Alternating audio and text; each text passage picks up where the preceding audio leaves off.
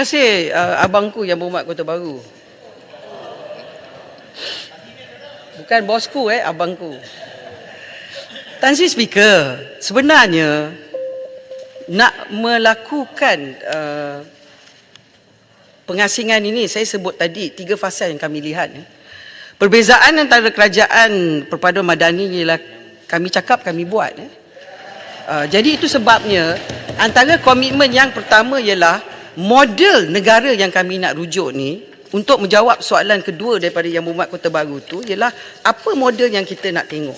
Saya bagi sebagai contoh yang Berhormat Tan Sri Speaker, England dengan Wales mengambil masa lebih kurang 8 tahun untuk mewujudkan Director of Public Prosecution dan Crown Prosecution Service yang mengambil alih pendakwaan daripada polis.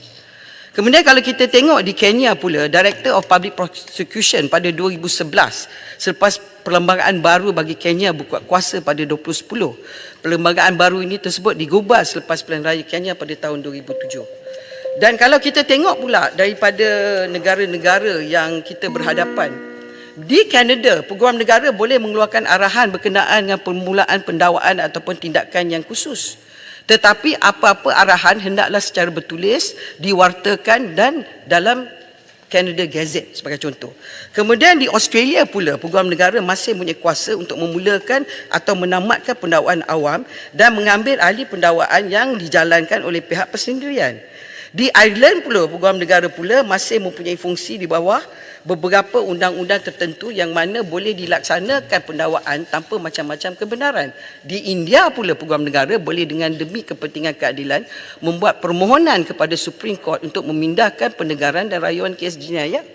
Maksudnya yang saya sebut di sini, kerajaan perpaduan madani tidak akan kata orang cakap hari ini buat semalam.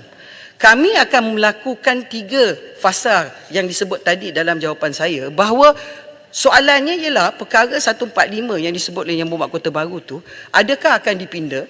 Adakah akan diberikan sebahagian pada kuasa kepada peguam negara kita di Sabah Sarawak sekarang? Peguam negara kita ialah peguam negara negeri yang khas, mempunyai servis dia sendiri.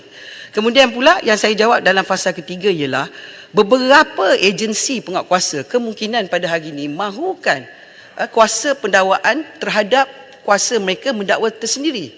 Pada hari ini, setakat ini, kuasa pendakwaan hanya tertakluk pada peguam negara di bawah perkara 145. Itu sebab soalan yang ditanya oleh Yang Berhormat Kota Baru, ingin saya menyatakan ialah kita memang dalam perjalanan. Perjalanan ini akan memakan masa.